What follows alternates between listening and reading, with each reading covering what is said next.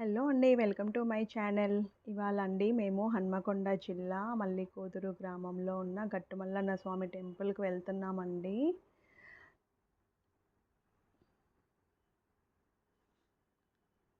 Gattumallanna temple చాలా బావుంటుందండి గుడి. ఈ గుడి అండి దాదాపు 1200 సంవత్సరాల క్రితము స్వయంభూగా వెలిసిందండి గట్టుమల్లన్న ఆలయము. సో, లింగాకారంలో దర్శనమిస్తాడు మనకి గట్టుమల్లన్న. చాలా బావుంటుందండి ఈ గుడి. అంటే గుడి ప్రత్యేకత ఏంటంటే, ఆలయం వచ్చేసి కొండ కింద ఉంటదండి. నీటి గుండం మాత్రం పైనే ఉంటది. అదే అండి కోనేరు మాత్రం పైనుంటది. సో, ఆ కొండ మీద గుట్టల మధ్య ఉంటదనమాట కోనేరు. సో, ఇక్కడికొచ్చిన ప్రతి ఒక్క భక్తుడు ఏం చేస్తారంటే, ముందు కొండ మీదకెళ్ళి కోనేటిలో స్నానం చేసి, ఆ తర్వాత దర్శనానికొస్తారు. ఇక్కడండి గుడికి కోనేరుకి ప్రత్యేకత ఉందండి ఒకటి. ఆ కోనేటిలో నీరండి ఎక్కడి నుంచొస్తదో ఇప్పటివరకి కనుక్కోలేకపోయిండ్రు. అలాగే దాని లోతు కూడా ఎవ్వరికీ తెలవదంటండి. ఆ కోనేరు దగ్గరకంటండి తప్పుడు ఆలోచనలతో గానీ, అపరిశుభ్రంగా వచ్చినట్లయితే అండి తేనెటీగలొచ్చి దాడి చేస్తాయంట. సో, ఈ కోనేరుకి దారి చూడండి.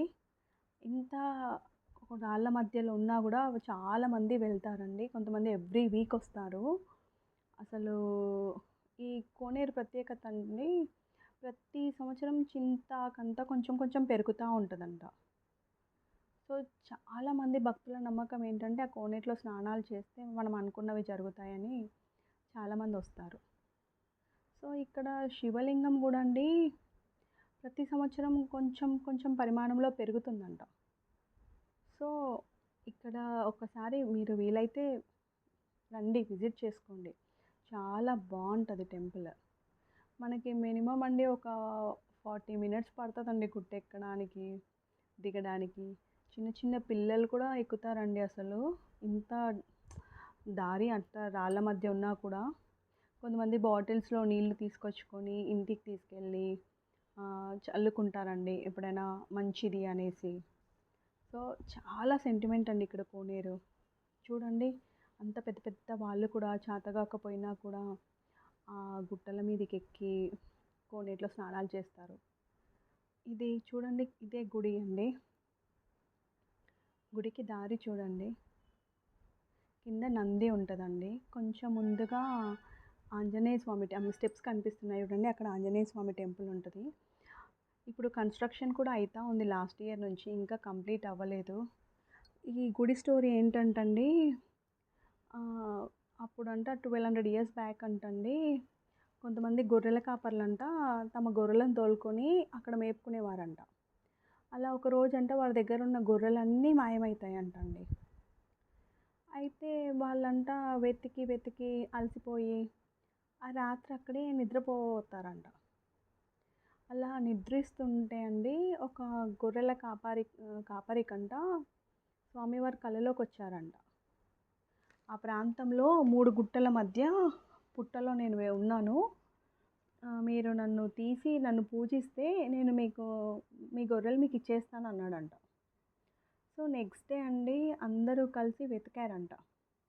వెతికితే రాతి బండల మధ్య పుట్ట దగ్గర నుంచి ఊది పొగల వాసన వచ్చిందండి. ఇదే అండి స్వయం లోపట గుడి అండి గర్భగుడిది. ఆ పొగ వచ్చిన ప్లేస్‌కి వీళ్ళెళ్ళి పుట్టని మంచినీటితో కడిగేశారంట బాగా. అప్పుడు కడిగినప్పుడు లింగాకారంలో మల్లన్న స్వామి దర్శనమిచ్చిండంటండి. అలా వెలికి వచ్చిన మల్లన్న స్వామి అండి అప్పటినుంచి పుట్టలో వెలిసిన గట్టు మల్లన్నగా తన మహిమల్ని చూపిస్తూ దర్శనమిస్తున్నాడు. అసలు చూడండి గుళ్ళో పట్నాలు వేస్తారు, బోనాలు చేస్తారు. అసలు ఎంత బావుందండి గుడి అసలు. చూడండి పట్నాలు, జంట పట్నాలు, బోనాలు, ఉగ్గువాళ్ళు, పాటలతో, వాళ్ళ డాన్సులతో చాలా సందడిగా ఉంటదండి టెంపుల్ అయితే అసలు. ఇది ఆంజనేయ స్వామి టెంపుల్ అండి. పార్కింగ్ ప్లేస్ ఉంటదండి. ఇక్కడ చాలామంది వచ్చిన వాళ్ళేంటంటే బోనాలు వండుకోవాల సెంటిమెంట్ ఇక్కడ. అది వెజిటేరియనే వండుతారండి. ఇక్కడ నాన్ వెజిటేరియన్ కూడా అస్సలు వండరు. సో, కూరలు కూడా తాలింపు పెట్టొద్దండి. జస్ట్ కూరగాయలన్నీ కలిపి ఆయిల్ వేసేసి డైరెక్ట్ పొయ్యి మీద పెట్టుకొని ఉడికించేసుకొని తినాలన్నమాట. సో, వచ్చిన వాళ్ళు పాలు పొంగించుకుంటారు. అలాగే రైస్, పసుపు బోనం వండుతారు. వెజ్‌తో కూరగాయలు చేసుకొని బోనాల్ని సమర్పిస్తారు. So, first పట్నాలేసుకుంటారండి. పట్నాలేసుకున్న తర్వాత బోనాలు చెల్లిస్తారు. ఇది మైలపోలు అంటారండి. సో, చూడండి మైలపోలు ఇలా తీస్తారు బియ్యంతోటి. ఆటపాటలతోటి చాలా సందడిగా చేస్తారండి మల్లన్న స్వామికి. ఇంతకుముందండి గుళ్ళో పైన చేసేవారు గర్భగుడిలో. ఇప్పుడు జనాభా చాలా పెరిగిపోయారు కదండీ! దానివల్ల కిందనే మండపం కట్టేసి ఆ మండపంలోనే చేస్తున్నారండి. అసలు ఎంత బావుంటదంటండి, మనకు ఆ ప్లేస్ నుంచి రాబుద్ది కూడా కాదు. చూడండి బియ్యపిండితోటి, అలాగే ఆకుపచ్చ పిండి అంటే అదే తంగేడు పిండి. తంగేడు అంటండి తంగేడాకు ఎండబెట్టి పౌడర్ చేస్తారంట ఈ పట్నాల కోసం. సో, తంగేడాకు పిండి, ఇంకా పసుపు, కుంకుమ వీటన్నిటితో ముగ్గులు వేస్తారు. చూడండి ఆ ఉగ్గు స్వామి ఎంత మంచిగా ఏస్తున్నాడో. వాళ్ళ గేయాలండి ఎంత బాగా పాడతారో అసలు పాటలైతే. ఎక్కడెక్కడి నుంచో వస్తారండి భక్తులందరూ చూడ్డానికి. చూడండి పట్నం వేస్తున్నారు. వరుసగా పట్నాలు వేస్తున్నారు. ఇవి జంట పట్నాలండి. చూడండి పసుపుతో ముగ్గులు వేశారు. డప్పులతో వాళ్ళ పాటలు, గేయాలు చాలా బాగా చేస్తారండి. ఇంతకుముందయితే విగ్రహాలు తీసుకొచ్చి విగ్రహాలు మన ముందు పెట్టి పట్నం వేసేవారండి. ఒకటేసారి ఒక 10 మంది పట్నాలు అలా కలిపి వేసేవాళ్ళు. ఇప్పుడు కొంచెం జనాభా పెరిగిన కారణంగా ఎవరి పట్నాలు వాళ్ళకే వేస్తున్నారు. చూడండి టెంకాయలు పెట్టి టెంకాయలు కొడతారు, కొబ్బరికాయలు. మేము ఎవ్రీ ఇయర్ వెళ్తామండి. మా ఇలవేల్పు అనమాట ఈ గుడి. సో, కంపల్సరీ వెళ్తాము. పెళ్ళిళ్ళు ఏమైనా ఉన్నా పెళ్ళికి ముందు అలా చూడండి వెళ్ళి ఇక్కడ దర్శనం చేసుకొని వాళ్ళు వాళ్ళ పెళ్ళిళ్ళ వస్త్రధారణ తర్వాత వస్తాము. చూడండి అసలు వాళ్ళండి అవి ప్రకృతి వేసుకొని దేవుడు గజ్జలు వస్తారండి పెట్టుకొని ఇక్కడ. ఎగురుతూ డ్యాన్స్లతో కోనేరు పైకి వెళ్ళి అక్కడ స్నానం చేసి మళ్ళీ స్వామిని దర్శించుకుంటారు. మాకైతే చాలా హ్యాపీగా అనిపిస్తుందండి అక్కడికి వెళ్ళి. చాలా మంచిగా అనిపిస్తుంది. ఇంతకుముందు అంటండి అటు పక్కన చుట్టుపక్కన ఊర్లే ఉంటాయి కానీ గుడి పక్కన ఇల్లులు ఏమీ ఉండవండి. మొత్తం చేన్లు అవే ఉంటాయి. సో, అడవి అని చెప్పేసి రాత్రిపూట ఎవరు పడుకునే వాళ్ళు కాదంట. జంతువులు వచ్చేవంట. సో, భయపడేవాళ్ళు. మొత్తం అడవే ఉంటుందండి గుట్టల చుట్టూ. ఒక 2 కిలోమీటర్స్ దూరంలో ఊరు ఉంటుంది. ఇప్పుడు మాత్రం చాలా బాగా డెవలప్ చేశారు గుడిని కూడా. సో, ఇప్పుడు అన్నీ దొరుకుతున్నాయి నిత్యావసర వస్తువులు. మనకేమైనా కావాలన్నా దొరుకుతున్నాయండి. ఇంతకుముందైతే ఏవి దొరికేవి కాదు. దారి పొడుగుతో 1 కిలోమీటర్ వరకు నడుచుకుంటూ వచ్చేవాళ్ళమండి. అప్పట్లో బస్సు సౌకర్యం కూడా చాలా తక్కువ. ఇప్పుడిప్పుడు బాగా డెవలప్ చేస్తున్నారు. చూడండి పట్నాలు అయిపోయినాయండి. టెంకాయ నైవేద్యం ఇస్తున్నాడు. తోరణాలు కడుతున్నారు చేతికి.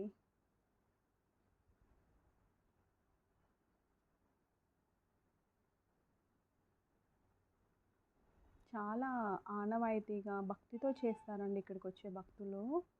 అసలు కొంతమంది కోరికలు కోరుకొని ముడుపులు కడతారు. తర్వాత తీరుస్తారండి. వాళ్ళ కోరిక తీరినాక ముడుపులు తీర్చుకుంటారు.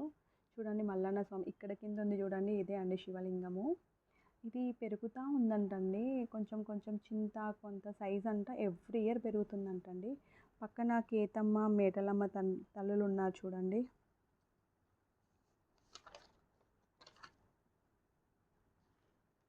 పైన ఎల్లమ్మ తల్లి గుడి ఉందండి. గుట్ట పైన గుడి మల్లన్న స్వామి గుడి కింద ఉంటుంది. దాని పైకి కొంచెం వెళ్తే రేణుకా ఎల్లమ్మ తల్లి గుడి ఉంది. అక్కడ ఎల్లమ్మ తల్లి కూడా కొంతమంది బోనాలు సమర్పించుకుంటారు.